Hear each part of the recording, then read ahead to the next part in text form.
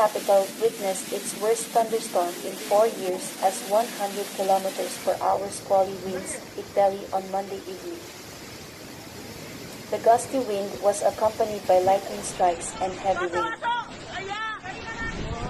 In 80 minutes in the city, the temperature dropped by about 16 degrees Celsius. Eastern and central parts of Delhi received the maximum impact of the storm.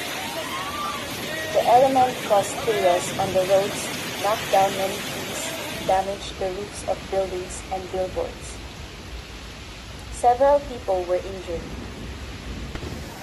The wind was so strong that air conditioners fell off a building on Parliament Street, damaging cars and auto rickshaws. The Cathedral Mosque Jama Masjid lost the top of its main dome. Strong winds also cut power and internet cables, causing chaos in parts of the capital. At least 70 flights were delayed at Delhi Airport.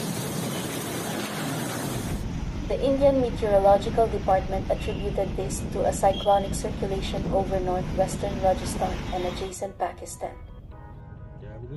Parts of Delhi are likely to experience occasional thunderstorms over the next few days.